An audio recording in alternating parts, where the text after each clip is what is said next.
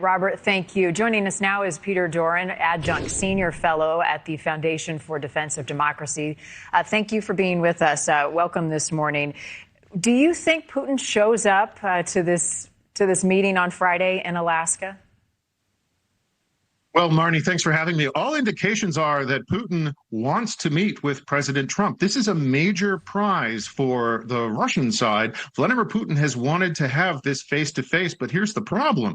He continues to insert poison pills into these negotiations. And the only reason we're having this summit in Alaska on Friday is that, Marnie, there may have been a major mistake made last week in Moscow when Trump's special envoy, Steve Witkoff, perhaps misunderstood an offer for a demand. So Vladimir Putin was making a demand that the Ukrainians give up land. Witkoff perhaps misunderstood and thought he was making an offer to remove his troops, and all the wheels got set in motion before anyone realized the mistake had happened. So optimism is truly fading fast given where we were just last week. A lot can happen between now and Friday. How important is it that Zelenskyy is part of any sort of talk?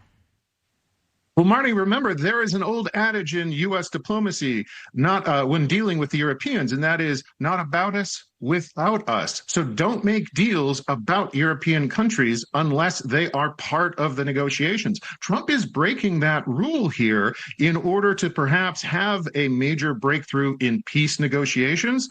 But the optic is not good to have Donald Trump and Vladimir Putin making grand bargains about countries like Ukraine. Major mistakes have happened in the history of American diplomacy when that occurred. That's why we have this rule, not about us, without us. And that's why the Ukrainians very clearly want to be part of this negotiation. Some of the factors that are part of this negotiation, they've also been deemed non-starters. The land and territory that Russia wants, that Ukraine has, and also any involvement in NATO now or in the future. Do you see the needle moving on either of those for either side?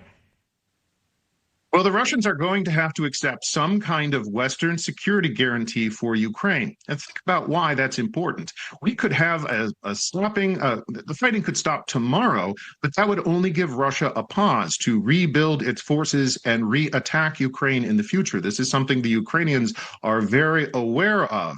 So Vladimir Putin will have to accept some kind of serious security guarantees by the West so that we can deter him from ever attacking Ukraine again once the shooting stops. Vladimir Putin doesn't want that, and that's another poison pill that he's been inserting into these negotiations from the very start.